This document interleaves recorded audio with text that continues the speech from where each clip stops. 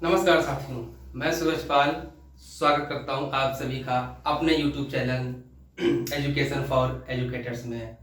तो साथियों, लेक्चर शुरू करने से पहले मैं सबसे पहले आप सभी का तहे दिल से शुक्रिया अदा करना चाहूँगा कि आपने मेरे पहले लेक्चर को इतना सपोर्ट किया और मैं ये आशा करता हूँ कि आप आगे भी सपोर्ट करेंगे।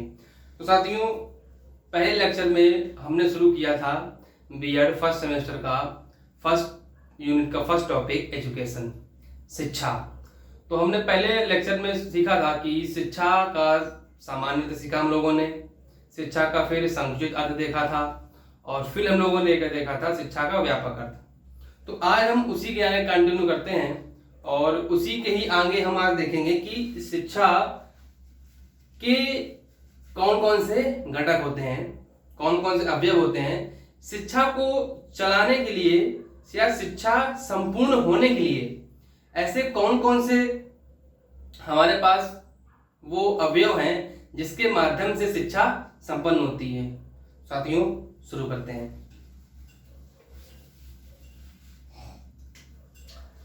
हम शुरू करने जा रहे हैं शिक्षा के घटक।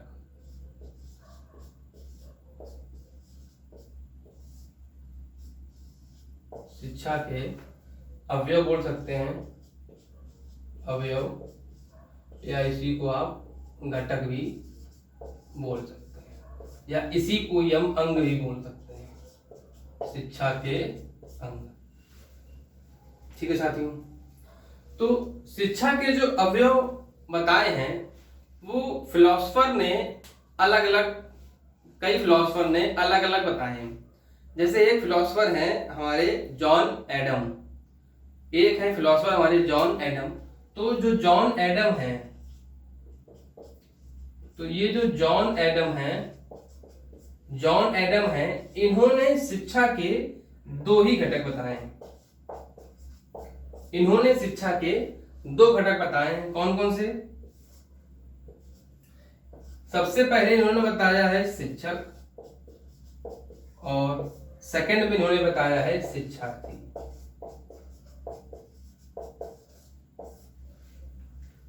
साथियों, हम लोग पढ़ रहे हैं शिक्षा के अवयव, घटक या अंग। अब हमारे एजुकेशन में, हमारे फिलॉसफी में कई सारे फिलोसफर हुए हैं, इन्होंने अपने अपने थॉट व्यक्त किए हैं। ठीक, इन्होंने अपने अकॉर्डिंग रिसर्च की, जो रिजल्ट उनके अकॉर्डिंग निकल के आया वैसा ही इन्होंने बताया। तो जो जॉन एडम थे, इन्होंने एजुकेशन पर रिसर्च की। इनके रिसर्च के अकॉर्डिंग शिक्षा के इन्होंने दो अवयव माने। कौन कौन से? एक शिक्षक, एक शिक्षार्थी। जो ये हैं, जो जॉन एडम है, इनके अकॉर्डिंग शिक्षा को सुचारू रूप से चलाने के लिए सिर्फ दो ही फैक्टर काम करते हैं। एक तो शिक्षक होना चाहिए और दूसरा शिक्षार्थी होना चाहिए। इनके अकॉर्डिंग अगर शिक्षक है और शिक्षार्थी है तो शिक्षा हमारी प्रॉपर चल रही है। ये थे हमारे जॉन एडम, ये थे इनके अकॉर्डिंग। फिर एक हमारे आए रायबर्न, एक हमारे आए फिलोसफर रायबर्न। ये थे हमारे जॉन एडम, ये थे हमारे, एक थे जॉन एडम। इन्होंने सिर्फ क्या बताया कि शिक्षा के दो घटक होते हैं। कौन कौन से? एक हमारा शिक्षक, दूसरा हमारा शिक्षार्थी। ठीक है साथियों, फिर कुछ सालों के बाद इन्होंने भी शिक्षा में रिसर्च करी, इन्होंने भी शिक्षा में रिसर्च की।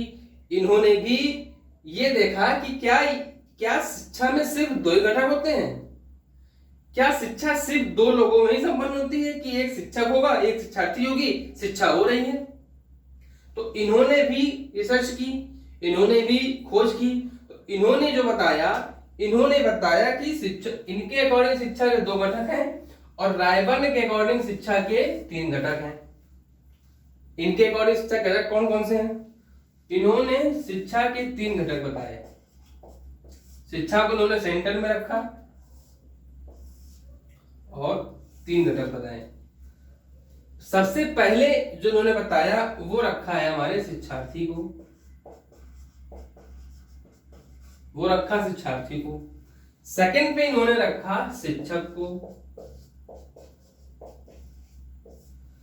इन्होंने शिक्षार्थी को भी रखा और शिक्षक को भी रखा। तीसरे में इन्होंने शामिल किया किसको शामिल किया? थर्ड पॉइंट में इन्होंने शिक्षक को भी शामिल किया, शिक्षार्थी को भी शामिल किया। और जब तीसरे पॉइंट की बारी आई, जब इन्होंने शिक्षा पे रिसर्च की, तब इनके अकॉर्डिंग एक दूसरा पॉइंट फैक्टर निकल के आया। वो निकल के आया हमारा पाठ्यचर्या। पाठ्यचर्या कहें या पाठ्यक्रम कहें, पाठ्यचर्या क्या निकल के आया हमारा? पाठ्यचर्या। जॉन एडम के अकॉर्डिंग केवल दो ही थे, एक थे शिक्षक, दूसरे थे शिक्षार्थी, ठीक है। और रायबर्न के अकॉर्डिंग 3 लोग थे। शिक्षा के कितने घटक है? 3 घटक है। कौन कौन से? एक है शिक्षार्थी, दूसरा है शिक्षक, और तीसरा महत्व घटक कौन सा है? पाठ्यचर्या। जब जॉन एडम ने रिसर्च की तो इन्होंने सिर्फ शिक्षक और शिक्षार्थी को ही महत्व माना। इन्होंने उस माध्यम को महत्व ही नहीं दिया कि जिस माध्यम से एक शिक्षक शिक्षार्थी तक अपनी बात को पहुंचा रहा है।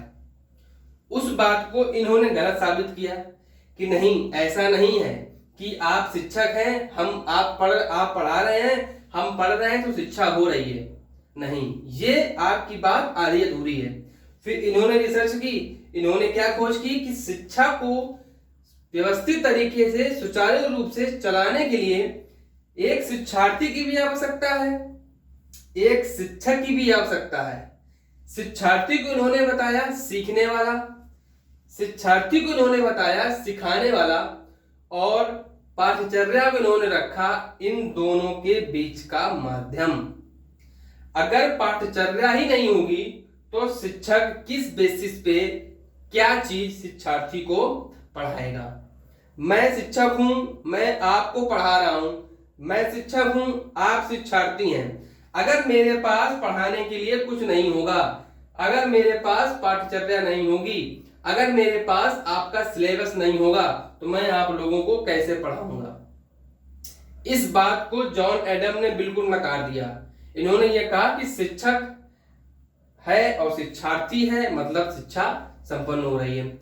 जबकि रायबर्न ने और खोज की और इन्होंने रिसर्च की, इन्होंने निकाला कि नहीं, शिक्षा को संपूर्ण रूप से सुचारू रूप से चलाने के लिए 3 फैक्टर्स बहुत इंपॉर्टेंट होते हैं। वो क्या होते हैं कि एक सीखने वाला होना चाहिए, एक सिखाने वाला होना चाहिए, और वो जिस तरह से सिखाएगा, क्या चीज आपको सिखाएगा, वो चीज भी आपकी इंपॉर्टेंट है। पाठ्यचर्या में आपका सिलेबस आ जाता है, आप टीचर की शिक्षण कौशल आ जाते हैं कि किस तरीके से आपको सिखा रहा है, ये सारी चीजें आपकी पाठ्यचर्या में आ जाती हैं। तो इस चीज को, इस बात को कई सारे फिलोसफर ने नकार दिया न, इनकी बात को ज्यादा ऑथेंटिक लोगों ने कुछ सालों तक माना। फिर जब इन्होंने रिसर्च की, इन्होंने पाठ्यचर्या दी, तो इनकी बात को नकार दिया गया। इनकी बात को भी कई लोगों ने अपने स्तर पे जांचा, अपने स्तर पे परखा कि क्या ये पाठ्यचर्या वास्तव में इंपॉर्टेंट रोल प्ले करती है शिक्षा में या नहीं। इसके साइंटिफिक रिसर्च भी हुए। तो फिर सभी लोगों ने, सभी फिलोसफर्स ने और साइंस ने भी इसको प्रूफ किया है कि जो शिक्षा होती है उसके 3 अंग होते हैं। एक होता है शिक्षक, एक होता है शिक्षार्थी, और एक होता है हमारा पाठ्यचर्या। तो अब हम इसी पे चर्चा करेंगे कि शिक्षार्थी क्या होता है, शिक्षक क्या होता है, और हमारी पाठ्यचर्या क्या होती है। तो देखते हैं इसके आगे का।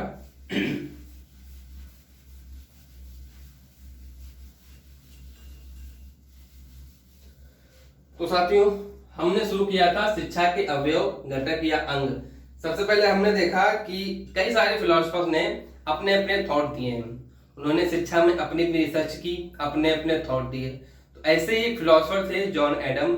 इन्होंने शिक्षा के क्षेत्र में जब रिसर्च की तो इन्होंने खोज के निकाला कि शिक्षा प्रक्रिया को संपन्न होने के लिए सिर्फ 2 लोगों की आवश्यकता है। कौन से वो 2 लोग कौन से हैं? उनमें से एक आपका सीखने वाला होना चाहिए, यानी कि सीखने वाला कौन? शिक्षार्थी होना चाहिए, और एक सिखाने वाला होना चाहिए। सिखाने वाला कौन? मीन्स शिक्षक होना चाहिए। तो इनके अकॉर्डिंग केवल दो ही अवयव थे, एक शिक्षार्थी और एक शिक्षक। ठीक है, ये व्यवस्था कुछ दिन तक लोगों ने फॉलो की, चलती रही। उसके बाद फिर एक और फिलोसफर हुए, कौन? रायबर्न। इन्होंने जब इनकी बात को समझा, जब इन्होंने पढ़ा, तो उनके माइंड में कुछ चीजें क्लिक की होंगी कि नहीं, मैं जो पढ़ रहा हूं ये क्या है। मान लीजिए वो किसी बुक से पढ़ रहे थे इनके बारे में, तो उनको ये दिमाग में आया कि ये जो बुक्स है ये क्या है। ना तो ये शिक्षक है, ना तो यहाँ शिक्षक तो कोई रोल प्ले कर नहीं रहा है। चलो मैं बुक पढ़ रहा हूं तो मैं शिक्षार्थी हो गया, लेकिन मुझे पढ़ा कौन रहा है, मैं तो स्वयं पढ़ रहा हूं। शिक्षक का रोल तो कुछ नहीं है इसमें। तब इन्होंने इस पे शिक्षा पे और रिसर्च की। तब इन्होंने रिसर्च करने के बाद ये अपनी थ्योरी दी, अपने कॉन्सेप्ट दिए कि नहीं, सीखने के लिए एक शिक्षा को सुचारू रूप से संपन्न होने के लिए 3 घटक होते हैं, 3 लोगों की आवश्यकता होती है, कंपलसरी होते हैं। अगर इन तीनों में से कोई एक भी नहीं है तो आपकी शिक्षा संपन्न रूप से चल ही नहीं सकती। अगर शिक्षक नहीं होगा तो सिखाएगा कौन, अगर शिक्षार्थी नहीं होंगे तो सीखेगा कौन, और अगर माध्यम नहीं होगा, अगर हमारे पास सिलेबस नहीं होगा, अगर हमारे पास करिकुलम नहीं होगा, तो हम कैसे सिखाएंगे और क्या सिखाएंगे। इस बात को इन्होंने क्लियर किया और शिक्षा के 3 अवयव में शिक्षक, शिक्षार्थी और पाठचर्या को शामिल किया गया। ठीक, यहां तक हम लोगों ने सीखा था। इसके आगे हम चलते हैं कि जो अवयव थे शिक्षक, शिक्षार्थी और पाठ्यक्रम, अब एक एक करके चीजों को सीखते हैं। सबसे इंपॉर्टेंट, शिक्षा को सुचारू रूप से चलाने के लिए 3 चीजें महत्वपूर्ण बताई। कौन कौन सी? शिक्षक, शिक्षार्थी और पाठ्यक्रम। अब इन तीनों में से भी सबसे इंपॉर्टेंस किसको दी गई है? तो सबसे इंपॉर्टेंस दी गई है आपके शिक्षार्थी को।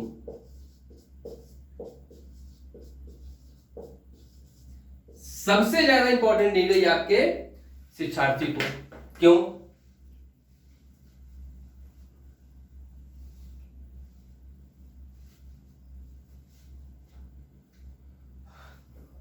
तो शिक्षार्थी को सबसे ज्यादा से इंपॉर्टेंस दी गई, इसको सबसे ज्यादा। शिक्षा के तीनों अवयवों में कौन कौन से थे हमारे? बीच में थी, सेंटर में थी हमारी शिक्षा, और रायबर्न महोदय के अनुसार सबसे टॉप पर कौन था? शिक्षार्थी। सबसे टॉप पर था शिक्षार्थी। शिक्षार्थी को कौन सिखाएगा? शिक्षक। शिक्षक सिखाएगा, और शिक्षक किसकी सहायता से सिखाएगा? वो था आपका पाठ्यक्रम या आपकी पाठ्यचर्या। अच्छा, आप लोगों ने एक चीज नोटिस की होगी कि पहले मैंने पाठ्यचर्या लिखा था, अब मैंने लिखा है पाठ्यक्रम। तो पाठ्यचर्या और एक शब्द आता है पाठ्यक्रम। ये क्या दोनों शब्द सेम ही है या इनमें कुछ डिफरेंस है? तो साथियों, ये सेम नहीं है, इनमें बहुत अंतर है। पाठ्यचर्या को की बात की जाए इंग्लिश में तो इसको हम बोलते हैं करिकुलम। इसको हम बोलते हैं करिकुलम। और पाठ्यक्रम की बात की जाए तो इसको हम बोलते हैं सिलेबस। ठीक है। जो हमारा करिकुलम होता है ये एक ब्रॉड टर्म में आ जाता है। मान लीजिए आप जैसे बीएड कर रहे हैं या डीएलएड कर रहे हैं या एमएड कर रहे हैं, तो आपका कोर्स डिफाइन किया गया है। जैसे आप बीएड हैं तो बीएड आपका 2 साल का कोर्स है। 2 साल का कोर्स है। आप 2 साल में आपको अब पर सेमेस्टर वाइज बांट दिया गया है। 2 साल के कोर्स में आपका क्या है, हर 6-6 महीने के आपके सेमेस्टर होंगे। हर सेमेस्टर का पर्टिकुलर आपका एक सिलेबस होगा, आपका एक टॉपिक होगा। उस सिलेबस में आपको क्या क्या चीजें करनी है, उस एक जो आपको एक मिलेगा सिलेबस, उसके अकॉर्डिंग आपको क्या क्या चीजें करनी है। ठीक है। सिर्फ सिलेबस जो हम क्लास में पढ़ते हैं, ये समझिए, पहले समझिए सिलेबस वो होता है जो हम क्लास में बैठ के पढ़ते हैं।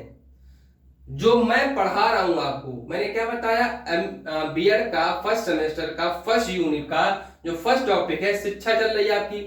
कल शिक्षा के अर्थ बताए थे, आज शिक्षा के अवयव है। तो ये आपके सिलेबस के अकॉर्डिंग मैं पढ़ा रहा हूं। तो जो भी मैं पढ़ाऊंगा ये क्या सब आएगा, ये सब कुछ आएगा आपके सिलेबस के अंदर। ठीक है। और आप अपने पूरे 2 साल के कॉलेज में आप जो भी एक्टिविटी करेंगे, पढ़ने के अलावा आप जो भी एक्टिविटी करेंगे, आप सेमिनार भी अटेंड करेंगे, आप पार्टीज भी अटेंड करेंगे, आप एक्टिविटीज भी करेंगे, आप टीचिंग भी करेंगे, आप फील्ड वर्क में भी जाएंगे।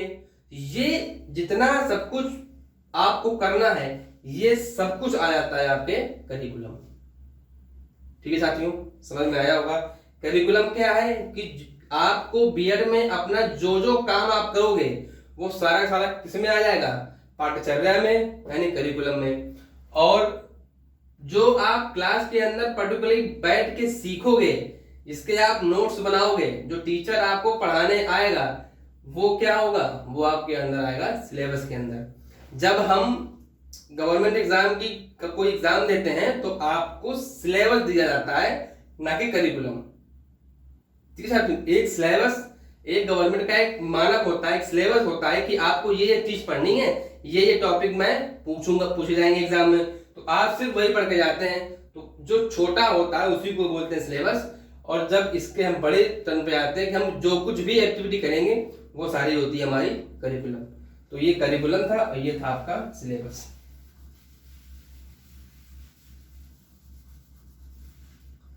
अब ये शिक्षार्थी, शिक्षक, पाठ्यक्रम या पाठ्यचर्या, यहाँ पे दोनों के एक ले सकते हैं कि पाठ्यक्रम, क्योंकि एक माध्यम चाहिए हमको, तो माध्यम पाठ्यचर्या भी है और पाठ्यक्रम भी है। ठीक है, तो अब हम बात करते हैं शिक्षार्थी की। शिक्षार्थी की अगर हम बात करें कि जैसे मैं पूछ दूं आपसे कि जैसे आप स्टूडेंट हैं, आप मान लीजिए बैग टांग के कॉलेज जा रहे हैं, आपसे कोई अनजान व्यक्ति आपसे पूछ दीजिए कि अच्छा आप क्या हैं, तो आप बताएंगे मैं इस कॉलेज में बीएड का स्टूडेंट हूँ, बीएड का स्टूडेंट हूँ, बीएड का शिक्षार्थी हूँ। वो आपसे ये क्वेश्चन कर दे कि व्हाट इज स्टूडेंट, शिक्षार्थी क्या है, या हु इज स्टूडेंट, शिक्षार्थी कौन होता है, तो आप लोग क्या बताएंगे? शिक्षार्थी की सबसे आसान परिभाषा यही है, सीखने वाला। सीखने वाला, सीखने वाला, सबसे आसान परिभाषा यही है। जो भी पूछे कि व्हाट इज, कि हु इज स्टूडेंट या व्हाट इज स्टूडेंट, शिक्षार्थी क्या है, शिक्षार्थी कौन है, तो क्या बताएंगे? सीखने वाला। अब जो कोई भी सीख रहा है वो सभी शिक्षार्थी हैं। आप कॉलेज जा रहे हैं तो आप क्या है? शिक्षार्थी हैं। मैं भी कॉलेज जाता हूं तो मैं क्या हूं? मैं अभी यहाँ आपको पढ़ा रहा हूं तो आपका शिक्षक हूं। मैं जब अपने कॉलेज जाऊंगा तो मैं क्या हो जाऊंगा? सीखने वाला, यानी कि शिक्षार्थी है। तो सभी सीखने वाले हैं। यहाँ पर्टिकुलर किसी क्लास में बैठे विद्यार्थी की बात नहीं हो रही कि नहीं कक्षा 10 का बच्चा है तो वही शिक्षार्थी है, नहीं, जो भी सीखेगा वो सब किसमें काउंट होगा? सभी शिक्षार्थी में आएंगे। ठीक है, अब थोड़ी सी हम शिक्षार्थी की चर्चा कर लेते हैं कि आजकल आपने सुना होगा कि आजकल शिक्षार्थी पे फोकस ज्यादा किया जा रहा है। शिक्षार्थी पे फोकस ज्यादा किया जा रहा है बगैर शिक्षक के और पाठ्यक्रम के। इन दोनों का महत्व कम हो गया है, इनका महत्व बहुत ज्यादा हो गया है शिक्षार्थी का। क्यों? तो हम थोड़ा चलते हैं अपनी पुरानी परंपरा पे। ठीक है, जब हमारे समाज में गुरुकुल प्रणाली हुआ करती थी, आप लोगों ने नाम सुना होगा, गुरुकुल प्रणाली हुआ करती थी, आश्रम पद्धति हुआ करती थी। ठीक है, तो आश्रम पद्धति में क्या होता था? आश्रम पद्धति में होता था कि एक शिक्षक जो होते थे, जिनको उस टाइम पे गुरु बोलते थे, गुरु, आजकल तो हम लोग टीचर मास्टर साहब बोलते हैं, उस समय शब्द आता था गुरु। और उस समय गुरु की महिमा बहुत थी। मतलब ये था कि जैसे एक हम लोग बोलते हैं ना कि गुरु ब्रह्मा गुरु विष्णु गुरु देवो महेश्वरा और गुरु साक्षात परब्रह्म तस्मै श्री गुरु वे नमः, है ना। तो ऐसा एक धारणा थी कि गुरु ही सत्य है, गुरु ही ईश्वर है, जो गुरु ने कह दिया वही सत्य है। और उस समय पे ऐसा होता भी था। गुरु क्या करते थे? गुरु एक स्थान पर बैठ जाते थे, थोड़े से ऊंचे स्थान पर गुरु जी बैठते थे और उसके नीचे के आसन में विद्यार्थी बैठते थे, शिक्षार्थी बैठते थे। तो उस समय पेन पेंसिल बोर्ड डस्टर ये कुछ तो अवेलेबल नहीं था। ठीक है। तो तब जो शिक्षा दी जाती थी वो गुरु अपने अकॉर्डिंग देता था कि जितना गुरु को ज्ञान है, जो भी गुरु को ज्ञान है वो अपने ज्ञान को विद्यार्थियों को दे रहा है, ठीक है, वो अपने अकॉर्डिंग दे रहा है। विद्यार्थी गुरु ने एक तरीके से गुरुवाणी सुनू की आप लोगों ने, एक तरीके से गुरु क्या करते हैं, कुछ बोले जा रहे हैं और छात्र जो है वो बैठे, जो शिक्षार्थी हैं वो सुन रहे हैं, ठीक है। सुनने के बाद तो इस परंपरा में क्या होता था, जो गुरु के पास था वही शिक्षक ने लिया। शिक्षा कैसी चली, गुरु के अकॉर्डिंग। अब गुरु ने अच्छा बताया तो वही सत्य है, खराब बता दिया तो वही सत्य है। जो आपने सुना वही सत्य है, वही आप भी सीखोगे, वही आप दूसरों को सिखाओगे भी, ठीक है। तो जो गुरुकुल प्रणाली थी वो हमारी शिक्षक केंद्रित थी, जिसमें शिक्षक का महत्व बहुत ज्यादा था। इस वजह से क्या होता था कि शिक्षार्थी का जो एक होलिस्टिक डेवलपमेंट है वो नहीं हो पाता था। जो कहते हैं ना कि अब जोर दिया जा रहा है कि बालक का सर्वांगीण विकास पर जोर दिया जा रहा है, तो उस समय बालक के सर्वांगीण विकास पर जोर नहीं दिया जाता था। क्यों? क्योंकि मान लीजिए कोई किसी गुरु को वेद याद है तो वो अपने वेदों को शिक्षार्थी को सुनाएगा तो शिक्षार्थी भी वेद सीख जाएगा, ठीक है। ये होता था उस समय। क्या होता था, शिक्षक की महत्व ज्यादा थी, शिक्षार्थी को सिर्फ शिक्षक ज्ञान देता था, शिक्षार्थी सिर्फ सुन लेता था, ये होता था उस टाइम पे। लेकिन धीरे धीरे चीजें बदली। उस टाइम पे क्या होता था, अब जैसे मान लीजिए कोई, जैसे हमारा जो समाज था जो वर्ण व्यवस्था में विभाजित था, जैसे क्षत्रिय, वैश्य, शूद्र और ब्राह्मण ऐसे थे। तो उस टाइम पे क्या था कि अगर जो क्षत्रिय है वो क्षत्रिय की कैसी शिक्षा लेगा।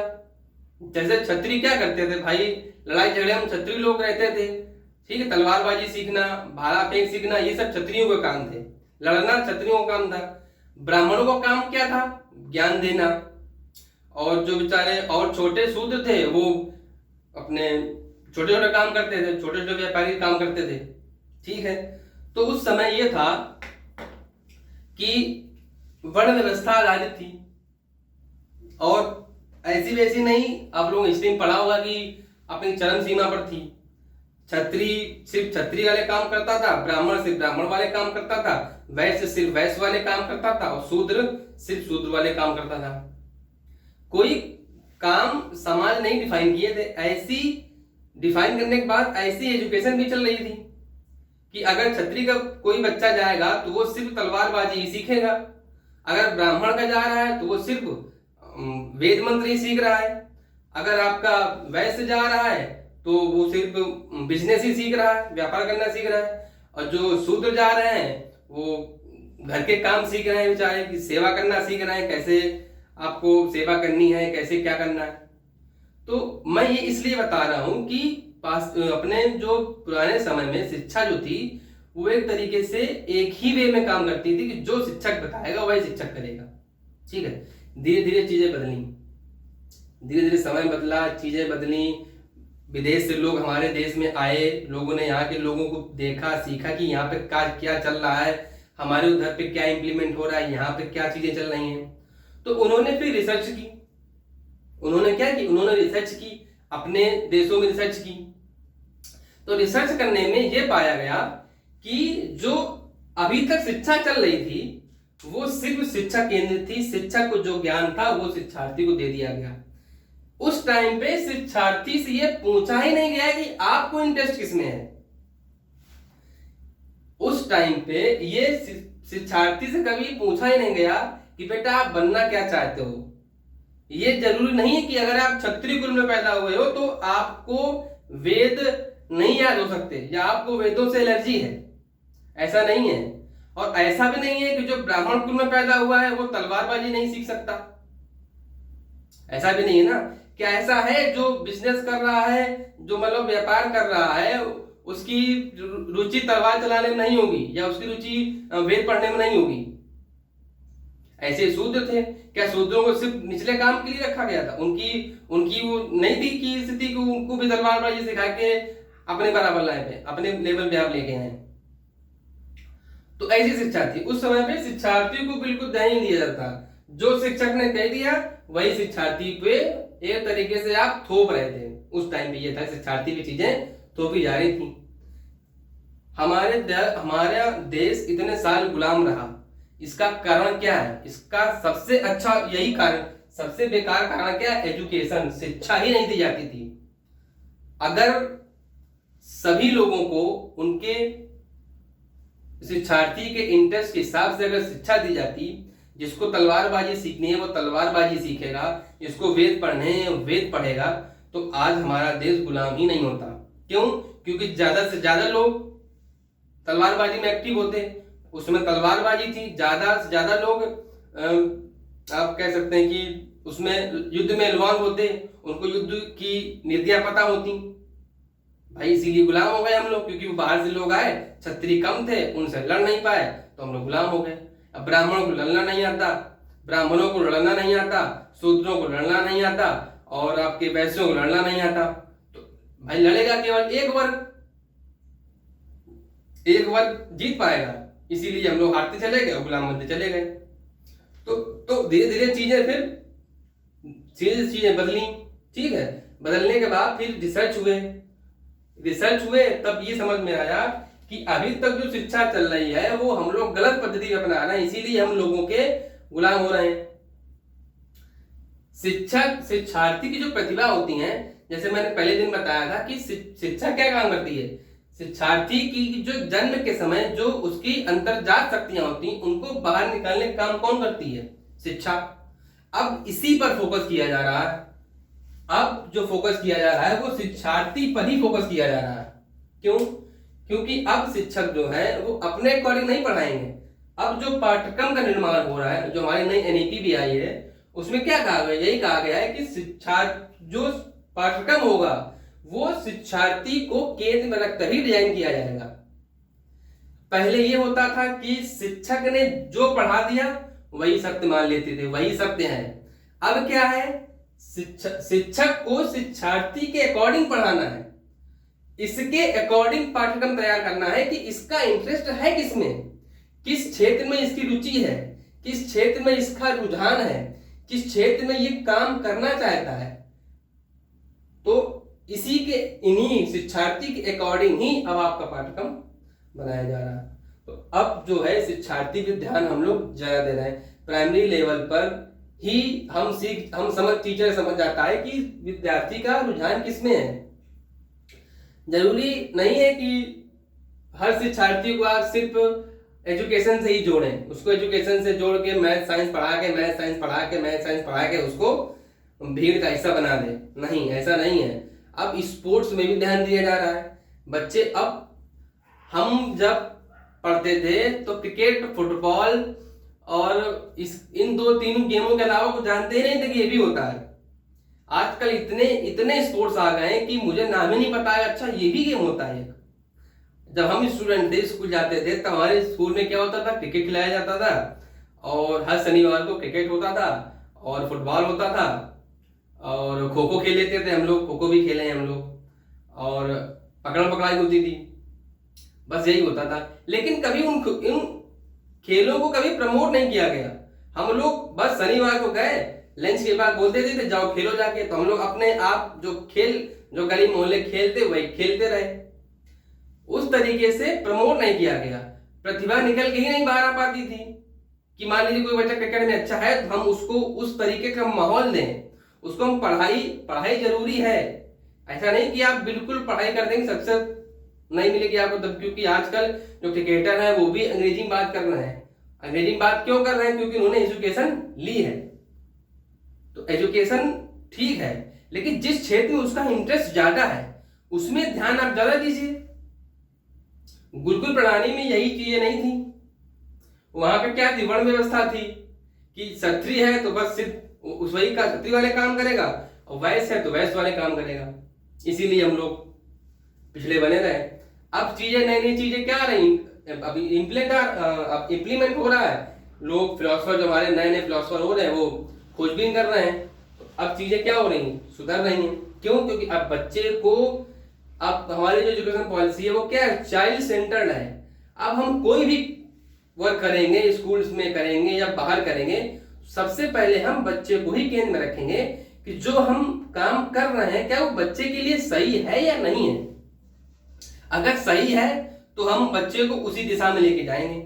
अगर बच्चा मान लीजिए चेस खेलने में इंटरेस्ट ले रहा है तो हम ये सुनिश्चित करेंगे कि उसको हफ्ते में कम से कम हर क्लास के बाद उसको चेस की प्रैक्टिस करवाई जाए, ताकि वो उस दिशा में भी आगे बढ़े। अगर बच्चा फुटबॉल में, मान लीजिए आप बच्चा फुटबॉल खेल रहा है, आपको लग रहा है कि हाँ ये प्रतिभाशाली है, ये इसकी प्रतिभा, हम अगर इसको वैसा वातावरण दे दें, वैसा हम इसको अगर एनवायरनमेंट दे दें तो ये फुटबॉल में बहुत अच्छा कर सकता है। तो अब जो है, अब शिक्षार्थी पर इसी पे फोकस किया जा रहा है। हमारी सरकार अब शिक्षार्थी पर ही फोकस की जा रही है। क्यों? क्योंकि जैसे घर होता है तो घर बनने में सबसे मजबूती जो है वो नींव को दी जाती है, क्योंकि पूरा घर आपका नींव पर ही टिका होता है। ऐसे ही किसी भी समाज की, किसी भी देश की सबसे बड़ी जो नींव होती है वो क्या होती है? शिक्षार्थी ही होती है। अगर ये सही नहीं है, अगर इसको शिक्षा नहीं मिली है तो ये आने वाले को शिक्षा क्या देगा? अगर इसकी प्रतिभा निकल के नहीं आ पाई है तो ये अपने आने वाली पीढ़ी को कैसे समझा पाएगा कि आपको ये करना है, कि आपको ये करना है। तो ये जो कुछ अभी समझाया तो ये सब कुछ क्या था? शिक्षार्थी पे। तो शिक्षार्थी पे आजकल उसकी योग्यता के अनुसार, उसकी रुचि के अनुसार और उसकी रुझान के अनुसार कि किस क्षेत्र में उसका इंटरेस्ट है और किस क्षेत्र में वो ज्यादा से ज्यादा सक्सेस पा सकता है, अब उस क्षेत्र में काम किया जा रहा है। तो ये था हमारा शिक्षार्थी। आई होप आप लोगों को जो मैं समझाना चाह रहा था वो समझ में आया होगा, और यही लेक्चर को मैं समाप्त करता हूँ और जाते जाते यही कहूँगा कि thanks for watching me. Thank you.